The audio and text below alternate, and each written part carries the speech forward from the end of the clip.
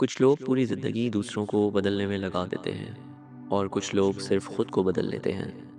فرق صرف اتنا ہوتا ہے کہ پہلے لوگ شکایت کرتے رہ جاتے ہیں اور دوسرے لوگ کامیاب ہو جاتے ہیں۔ حضرت علی رضی اللہ تعالیٰ عنہ کا ایک گہرا پیغام ہے کہ انسان کی اصل طاقت یہ نہیں کہ وہ دنیا کو بدل دے، بلکہ یہ ہے کہ وہ خود کو بدل دے۔ حضرت علی رضی اللہ تعالیٰ عنہ کی تعلیمات ہمیں یہ سکھاتی ہیں کہ کامیابی باہر سے نہیں آتی، یہ اندر سے اگتی ہے، اور اس کے لیے چند عادات ایسی ہیں جو انسان کو بدل دیتی ہیں۔ پہلی عادت ہے خود احتسابی۔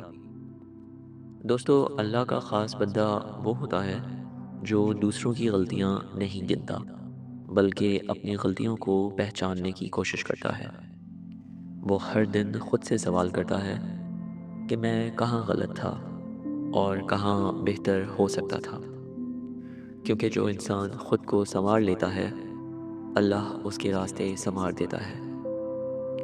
دوسری اہم عادت ہے نرمی اور حسن اخلاق۔ حضرت علی رضی اللہ تعالیٰ عنہ نے فرمایا کہ نرمی وہ طاقت ہے جو دل جیت لیتی ہے۔ جو انسان سختی چھوڑ دیتا ہے وہ لوگوں کے دلوں میں جگہ بنا لیتا ہے، اور یاد رکھیے، دل جیتنے والا انسان ہمیشہ جیت جاتا ہے۔ دوستو، تیسری اہم عادت ہے تنہائی میں خود کو پہچاننا۔ کبھی کبھی اللہ انسان کو تنہا کر دیتا ہے تاکہ وہ خود سے مل سکے، کیونکہ ہجوم میں انسان خود کو بھول جاتا ہے، مگر تنہائی میں وہ خود کو سمجھنے لگتا ہے، اپنی غلطیاں، اپنی کمزوریاں، اپنی اصل حقیقت۔ چوتھی اہم عادت اللہ سے تعلق مضبوط کرنا ہے۔ تنہائی انسان کو اللہ کے قریب لے جاتی ہے۔ وہ لمحے جب کوئی نہیں ہوتا، وہی لمحے اصل ہوتے ہیں، جب انسان دل سے اللہ کو یاد کرتا ہے، اور وہیں سے سکون بھی ملتا ہے اور راستہ بھی۔